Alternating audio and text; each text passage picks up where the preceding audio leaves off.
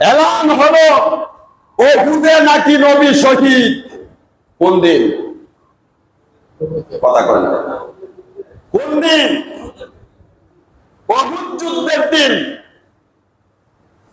মদিনার উত্তর দিকে হচ্ছে ওহুদ পাহাড়। কোন পাহাড়?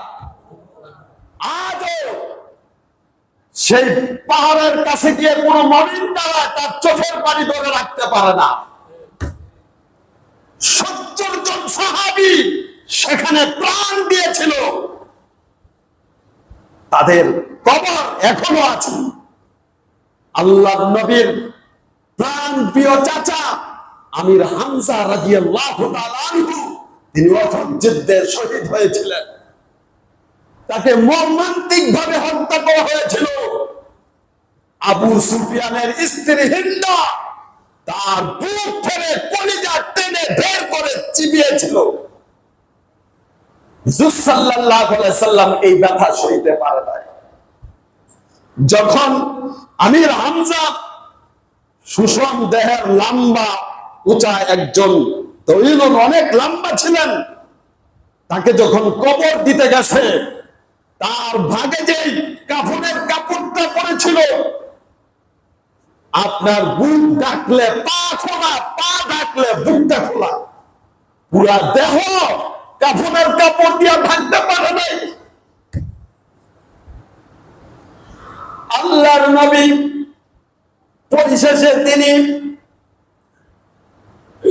কাফনের কাপড়টা দিয়া মাথা থেকে তার বুক পর্যন্ত ঢাকছে, আর পায়ের জায়গাটা কিছু ঘাস দিয়া তার পা মোবারক ঢাকছে। আল্লাহর রাসূল সাল্লাল্লাহু আলাইহি সাল্লামের আমির হামজার দাফনটা কাফনের কাপড় পরিপূর্ণ পান নাই আল্লাহর রাসূল। দ্বীনের জন্য, ইসলামের জন্য, উম্মতের জন্য আল্লাহর রাসূল এই ত্যাগ স্বীকার করেছে। কথা বলেন ঠিক কিনা?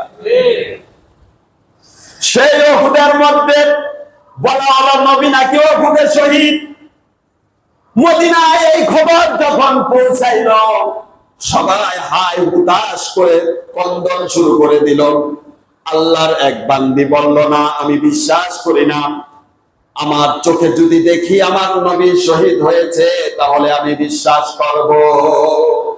বাড়ি থেকে বের হয়ে গেছেন পাগলের মতন দৌড়ে উহুদের ময়দানে চলে গেছে। একটু উহুদের সামনে যাওয়ার পরে একজন সাহাবী সামনে পড়ল।